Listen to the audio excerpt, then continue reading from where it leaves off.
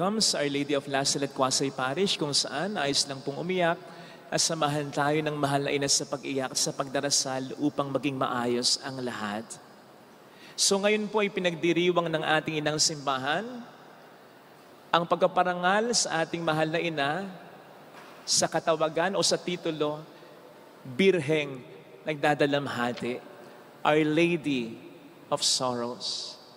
Kung titingnan po natin ang pagkakalagay, pagkakaayos ng petsyang ito sa kalendaryo ng ating simbahan, kaagad-agad makikita na po natin ang pinakamensaheng gustong sabihin ng liturhiya ng simbahan sa atin.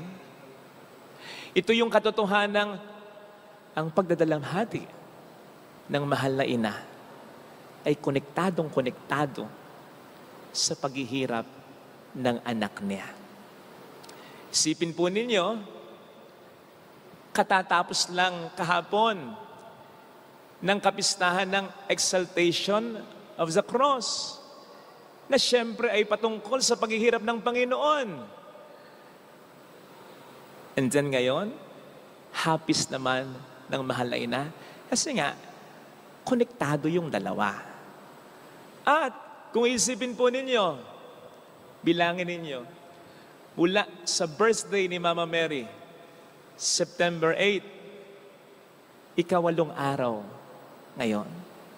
Oktaba. Pag sinabing oktaba sa liturya ng simbahan, magkakonekta yung ipinagdiwang ng unang araw at saka yung 8. Ibig sabihin, very much part pa rin ng birthday ni Mary ang pinagdiriwang natin ngayon na kanyang hapis. Na sinasabi, kumbaga sa atin ng simbahan, hindi maihiwalay sa buhay ni Maria ang hapis niya. In fact, napakalaking magiging kawalan. In fact, napakahalaga ang mawawala. So much so, na po pwede siguro nating sabihin na kung aalisin natin ang tipak ng dalamhati ni Maria sa buhay niya, hindi na natin siya makikilala. The way we know her sa ngayon, bilang ina ng ating Panginoon. Sabi nga po ni San Alfonso Liguori, anumang paghihirap ng sino mang martir, wala yan kumpara sa dalamhati ng mahal na ina. Halimbawa, yung pagbato kay Esteban hanggang sa siya'y mamatay, wala yan kumpara sa dalamhati ng mahal na ina. Yung pag-ihaw kay San Lorenzo ng buhay, wala yan kumpara sa dalamhati ng mahal na ina. Yung pagpugot sa ulo ni San Pablo, wala yan kumpara sa dalamhati ng mahal na ina.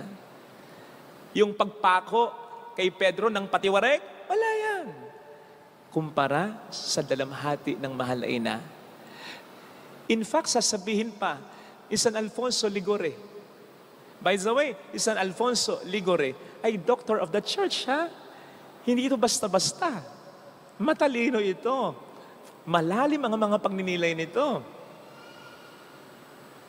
Sabi ni San Alfonso, kung pagsasama-samahin mo lahat ng mga naging paghihirap ng mga martir mula noon hanggang ngayon at sa mga susunod pang panahon, wala sa kalingkingan, hindi uubra sa naging dalamhati ng mahal na ina. So much so, na kung ang dalamhati ng mahal na ina ay i-divide hindi lamang sa mga martir, kundi sa ating lahat, each and every one of us getting at least a drop, hindi daw natin kakayanin. Can you imagine that? Or have you imagined that? No wonder we have 7 sorrows of Mary.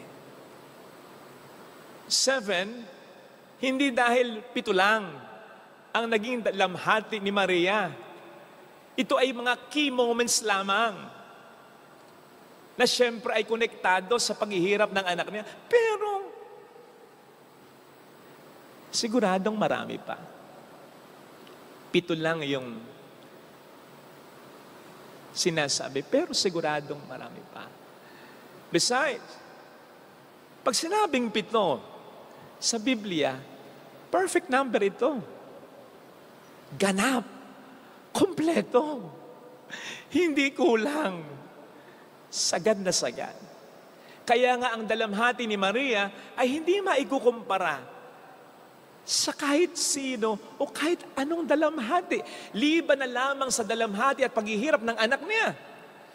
Kung kanino at kung saan, nakikihati lang naman siya. Pero itong pakikihating ito, again, ganap. Kompleto. Sagad. So much so, na kung anong naramdaman ni Jesus, ganun din ang naramdaman niya. Manifested nga lang kay Jesus. Si Jesus itong duguan. Si Jesus itong nakapako. Si Jesus itong sinibat. Si Jesus itong pinaday. Pero, yung sakit ng lahat ng yan, naramdaman din ng mahal na ina. So much so, na nung mamatay, pinatay si Jesus, talagang namatay din siya. Buhay lang ang pananampalataya niya. Buhay lang ang pag-asa niya. Pero kung wala, baka kahit walang sakit sa puso, inatake na. This is how you eat an Oreo.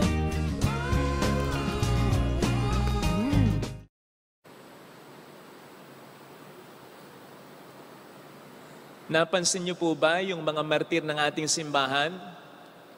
Kapag dinidepict sa kanilang mga imahe, hawak-hawak nila o kasakasama nila, usually, yung naging dahilan ng kamatayan nila.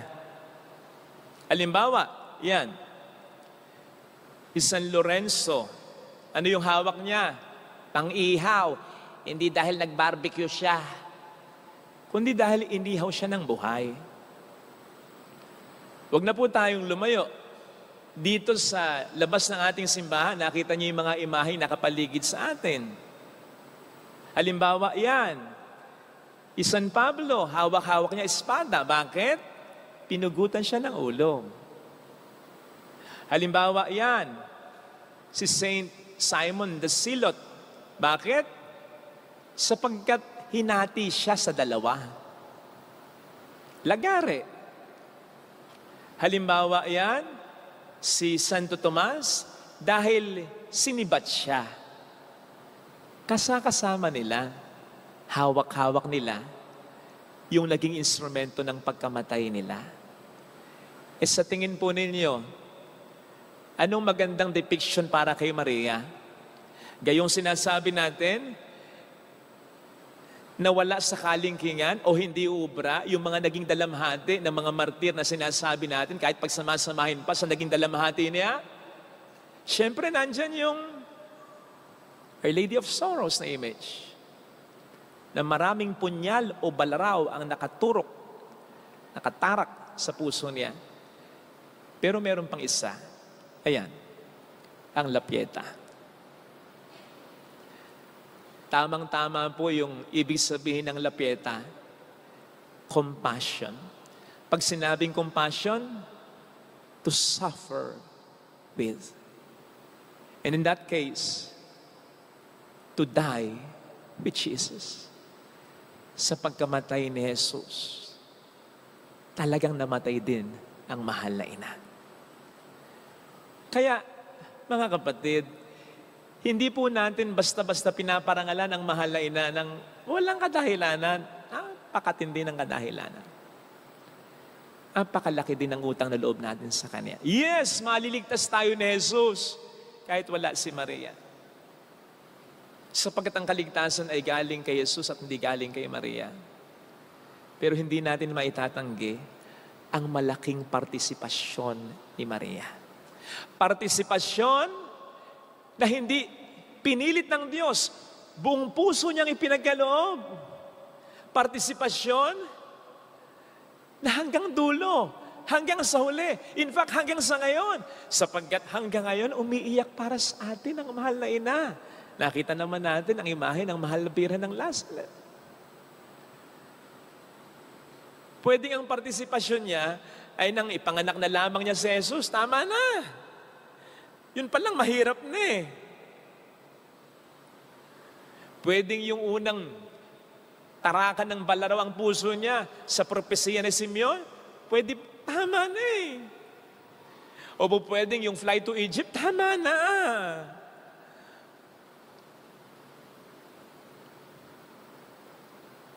O pwedeng nung nawala si Jesus, nagpaiwan sa templo, tama na. Nakakatatlong balaraw na eh. Gagawin bang 7? At kukumpletohin pa. Kinumpleto talaga ni Maria ang partisipasyon niya. Nakatatawa nga, yung ibang mga hindi Katoliko, hindi ko inaalis yung paggalang at admiration, halimbawa kay Charlie Kirk, o sa marami pang iba, na nagpakita ng mabuting halimbawa, na nagpakita ng mabuting ehemplo, pero kahit naman si Charlie Kirk, kahit gusto ko yung marami niyang sinasabi, may mga ayaw din akong sinabi niya. Nakakatawa lang yung iba, yung ayaw kay Maria, gusto kay Kirk, ayaw kay Maria, ayun. Si Maria, buong buo, walang pagkiling sa sino man, kundi sa Panginoon lang. Hanggang sa huli. No wonder, hindi pa rin siya pinabayaan ng Panginoon hanggang sa huli. Ang Panginoon ang nagbigay ng grasya kay Maria para matake niya ang lahat ng paghihirap niya. At hanggang sa huli, nandoon ang pagmamahal at concern ng Panginoon sa kanya. Alam nating hindi magbibitaw ng mga walang makahulugang salita ang isang taong mamamatay na. Ang Diyos pa kaya? Si Kristo pa kaya? Kaya narinig ni Maria yung concern at pagmamahal ni Kristo sa kanya. Mamamatay na lang si Jesus. Ang iniisip pa ay kapakanan ng iba. Kapakanan natin, Ama, patawarin mo sila sapagkat hindi nila nalalaman ang kanilang ginagawa. In general, pero in particular, ang kahalagahan ng kanyang ina. 1, pag mong pababayaan ang nanay ko. At para sa ating mga Katoliko, sana nga para sa lahat ng tao, si Juan ay sumisimbolo sa ating lahat. Kung paanong pinapahalagaan ni Jesus ang kanyang ina, sigurado ko, yun din ang inaasahan niya sa atin. Sapagkat malaki ang partisipasyon ng mahal na ina sa ating kaligtasan, hanggang ngayon, tayo'y kanyang ipinagdarasal. Kaya wag po nating panghinayangan. Baka nga yung mga ginagawa nating pagkaparangal sa mahal na ina ay kulang pa. Sapagkat kung ang Panginoon ang siyang nagparangal sa kanya, papaano tayo uubra o aabot man lang sa pagpaparangal na binigay ng Panginoon sa kanya? Hindi. Ito sana ang hiling nating biyaya ngayon sa ating banal na misa. Na mas umigtig pa sa ating mga Katoliko ang pamamintuho sa ating mahal na ina. At ipagdasal din natin na tulad ng iba, tulad kahit ni Charlie Kirk, makita nila ang halaga. Lalo na ngayon, sa panahong ito, ang halaga ng paghingi ng tulong sa mahal na ina at ang halaga ng pagtingin sa mahal na ina bilang kapupulutan ng mabuting halimbawa talaga. Amen.